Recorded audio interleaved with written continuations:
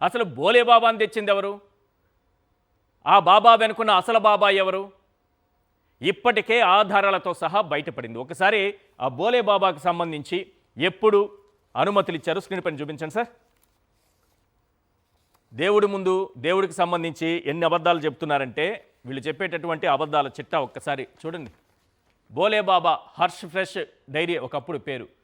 ఆ సంస్థకు నెయ్యి సరఫరా చేయడానికి టెక్నికల్గా అన్ని అర్హతలు ఉన్నాయని టీడీపీ ప్రభుత్వంలో మే 29, 2018న ఒక తప్పుడు నివేదిక. ఇప్పుడు అతనికి పాలు సేకరణ చేయట్లేదు, అతను ఏవో రసాయనాలతో తయారు చేస్తున్నారన్నారు కదా, అలాంటి వ్యక్తికి నెయ్యి సరఫరా చేయడానికి అర్హత కలిగి ఉన్నాడు, అతనికి ఆ సామర్థ్యం ఉంది ఆ సంస్థకని ఆ రోజు ఒక టెక్నికల్ టీం దాన్ని సందర్శించి ఈ బోలే బాబా హర్ష్ ఫ్రెష్ డైరీని సందర్శించి వాళ్ళకు ఒక సర్టిఫికేట్ ఇచ్చింది.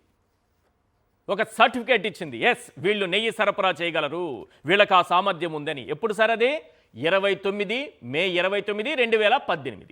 2018లో ఎవరు సార్ బాబా? సత్యకుమార్ గారు. అప్పుడు బాబా ఎవరు? బోలే బాబాకి సహకరించిన బాబా ఎవరు? మీకు అర్థమైపోయింది కదా. అప్పుడు ముఖ్యమంత్రిగా చంద్రబాబు నాయుడు గారు ఉన్నారు. కాబట్టి సత్యకుమార్ గారు సత్యమే మాట్లాడితే మంచిది, అసత్య కుమారుగా మాట్లాడకూడదు ఆయన, ఎందుకంటే మంత్రి గారు కదా, అలా తప్పులు ఎప్పుడు మాట్లాడకూడదు. ఇవన్నీ కూడా మనకి సిబిఐ రిపోర్ట్లో కనిపిస్తుంది సార్, ఒకసారి చూసుకోండి సార్. 2018లోనే ఈ బోలే బాబాని తీసుకొచ్చినటువంటి వ్యక్తి మన చంద్రబాబు నాయుడు గారి ఆధ్వర్యంలోనే జరిగింది. నెక్స్ట్, అయోధ్యకు 1,00,000 లడ్డూలు కల్తీ నెయ్యితో జంతువుల కొవ్వుతో తయారు చేసినటువంటి 1,00,000 లడ్డూలు పంపారని మా పవన్ కళ్యాణ్ గారు మెట్లు కూడా కడిగారు, వేషం వేశారు, వేషాన్ని ఇప్పుడు ఇప్పేశారు. వాళ్ళ అన్నయ్య తమ్ముడు అన్నయ్య నాగబాబు ఆయనకు కూడా ఒక కొత్త వేషం తగిలించారు. ఆయన కూడా ఇప్పుడు కొత్త ముసుగేసుకొని వస్తున్నారు. వాళ్ళందరి జాతకాలన్నీ కూడా కాసేపట్లో విప్పుదాం మనం. అయోధ్యకు కల్తీ నెయ్యితో చేసిన 1,00,000 లడ్డూలు పంపారని పచ్చి అబద్ధం. ఒక్కసారి చూడండి. ఇది సిట్ విచారణ సాగే కొద్దీ వెలుగులోకి విస్మయకర వాస్తవాలు. వైకాపా హయాంలో టీడీపీ నిలుపుదొడిచిన బోలేబాబా డైరీకి సంబంధించి వార్తను రాస్తూ మా ఈనాడు దినపత్రికలో రామోజీరావు గారు రాస్తూ, సిబిఐ విచారణలో ఏం తేలిందయ్యా అంటే అయోధ్యకు వెళ్ళినటువంటి లడ్డూల అంశంలో, నేను ఇది ఈనాడు దినపత్రిక చూపిస్తున్నా, జాగ్రత్తగా గమనించండి. ఇందులో ఏం రాశారంటే 2024 జనవరిలో అయోధ్య రామాలయ ప్రారంభోత్సవానికి టీటీదే అంటే తిరుమల తిరుపతి దేవస్థానం 1,00,000 లడ్డూలు పంపింది. నాణ్యత గురించి ప్రశ్నలు వస్తాయనే ఉద్దేశంతో దానిని నాణ్యమైన నెయ్యి కొంది. ఏం రాసినా, ఇటు రాసినా అటు రాసినా నాణ్యమైన నెయ్యితోనే 1,00,000 లడ్డూలను తయారు చేసి పంపించారు. రామేశ్వరరావు గారు, తర్వాత ఇంకొక డైరెక్టర్ ఉన్నారు ఆయన, వీళ్ళిద్దరూ కలిసి సౌరభ్ గారు, రామేశ్వరరావు గారు, వీళ్ళిద్దరూ బోర్డు మెంబర్లుగా ఉన్నారు. బోర్డు మెంబర్లుగా ఉన్న వీళ్ళు ఇచ్చే ప్రత్యేకంగా భక్తి శ్రద్ధలతో చేసినటువంటి అంశం, అది కూడా సిబిఐ తేల్చేసింది. మన పవన్ కళ్యాణ్ గారు చెప్పింది పచ్చి అబద్ధమని తేలిపోయింది. మళ్ళీ పవన్ కళ్యాణ్ గారు ఇట్టిట్ట కొట్టుకొని మాట్లాడుతున్నారు, నేను గమనించా. ఇక్కడ ఇట్ట కొట్టుకున్నారు. ఎందుకంటే నెయ్యి ధర 250-300 ఉంటే అది కల్తీ జరిగినట్టే అని చాలా తెలివిగా మాట్లాడారు పవన్ కళ్యాణ్ గారు. ఎంత తెలివితేటలంటే, ఇంత అద్భుతమైనటువంటి నాలెడ్జ్ ఎక్కడి నుంచి వచ్చింది? 2,00,000 పుస్తకాలు చదవడం వల్లే ఈ నాలెడ్జ్ వచ్చిందా?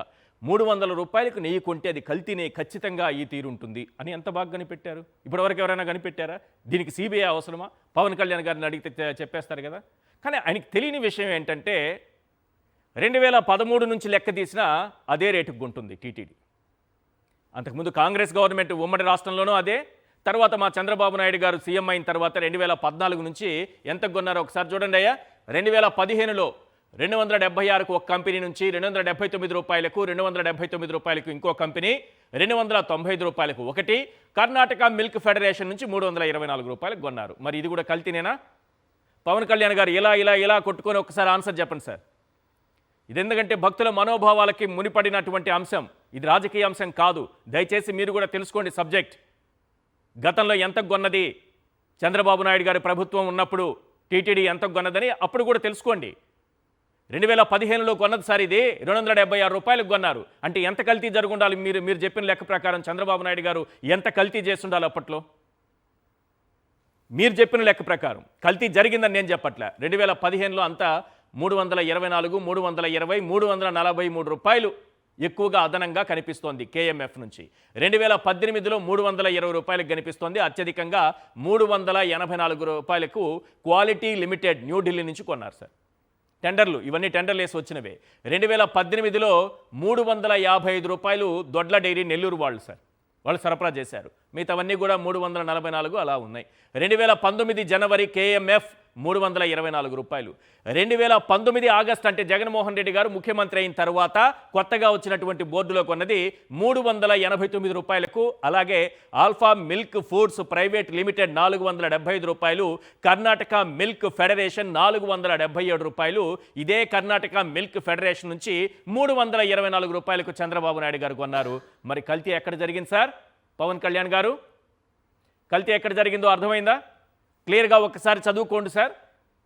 ఇవి చదివిన తరువాతే మనం దేవుడి విషయంలో మాట్లాడాలి. రాజకీయాల్లో ఎన్నైనా మాట్లాడండి. 35,000 మంది 32,000 మంది మహిళల్ని కిడ్నాప్ చేశారు, విదేశాలకు తరలించేశారు, ఏమైనా చెప్పుకోండి, కానీ దేవుడి విషయంలో మాత్రం ఖచ్చితత్వం ఉండాలి. అలాగే మీరు మాట్లాడిన మరో మాట, జీవోలు చదువుకోండి. 7 కొండల్ని 2 కొండలు చేసింది ఆ పాపాత్ములు ఎవరో భగవంతుడికి తెలుసు. ఇప్పటికే అదే దుష్ప్రచారం చేస్తున్నారు రాజశేఖర రెడ్డి గారి మీద. ఆ జీవో కాపీస్ కూడా చూపిస్తా నేను. 7 కొండల్ని 7 కొండల పరిధిలోకి తీసుకొస్తూ జీవో ఇచ్చింది వైఎస్ రాజశేఖర రెడ్డి గారు. 7 కొండలు 2 కొండల పరిధిలోనే ఉండి ఇక్కడ ఎన్నికలు జరపొచ్చు, మిగతా పట్టణం అంతా కూడా ఆ 2 కొండల పరిధిలో లేదు, అది 7 కొండలకి సంబంధం లేదు, ఎన్నికలు పెట్టాలని జయచంద్రనాయుడితో ఏ నాయుడు కోర్టులో కేసు వేయించారు మీ ఊహకే వదిలేస్తున్నా.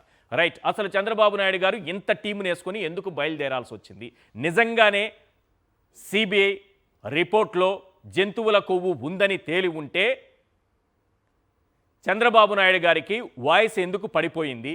ఇప్పుడు ఎందుకు మాట్లాడట్లేదు? ఇదే ప్రశ్న విలేకరులు అడిగినప్పుడు ఆయన ఇచ్చినటువంటి సమాధానం ఏంటి? నిజంగా జంతువుల కొవ్వు ఉందా అన్నప్పుడు ఆయన తడబడిన విధానం ఏంటి? ఇంత టీం ఎందుకు అవసరమైంది? వీటన్నిటిపైన మాట్లాడదాం.